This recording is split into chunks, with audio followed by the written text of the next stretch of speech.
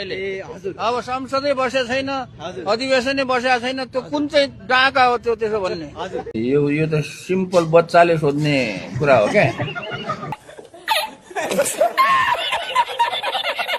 पत्रकार भएर त्यस्तो हो, सिम्पल कुराहरू नसोध न। अनि त्यसमा पनि महावीर पुनले के भनिरहेको छ, बारम्बार भनिरहेको छ कि मलाई यो हार जित केही मतलब छैन, गरिन्छ जिते पनि काम गरिन्छ। अब सफल भयो भने काम गरिन्छ, असफल भए पनि काम गरिन्छ। सफल असफल हार जित भन्ने कुरा मैले जिन्दगीमा चाहिँ कति बेहोरेको छु, जति पनि बेहोर्छु, मलाई त्यसले हार जितले सफल असफलताले केही फरक पर्दैन।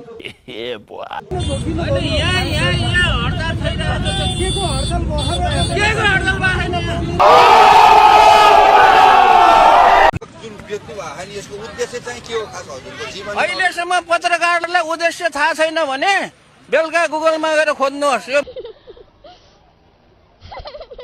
महावीर पुनले किन किताब बेचिरहेछ भन्ने कुरा पत्रकार भएर आएर थाहा छैन भने गुगलमा गएर खोज्नुहोस्, हैन? तेरा बाप यहाँ छोडकर गया था कि तेरी माँ? किनभने किताब बेच्न थालेको त 3 वर्ष भइसक्यो, अहिलेसम्म थाहा छैन भने मैले के गर्ने? अब ये क्या है? कसले यसको दिमाग बिगारिदियो है? कसले यसको दिमाग बिगारिदियो अथवा यसको दिमाग कसरी बिग्रेर यो चुनावमा उठो भन्छन् क्या मान्छेहरूले।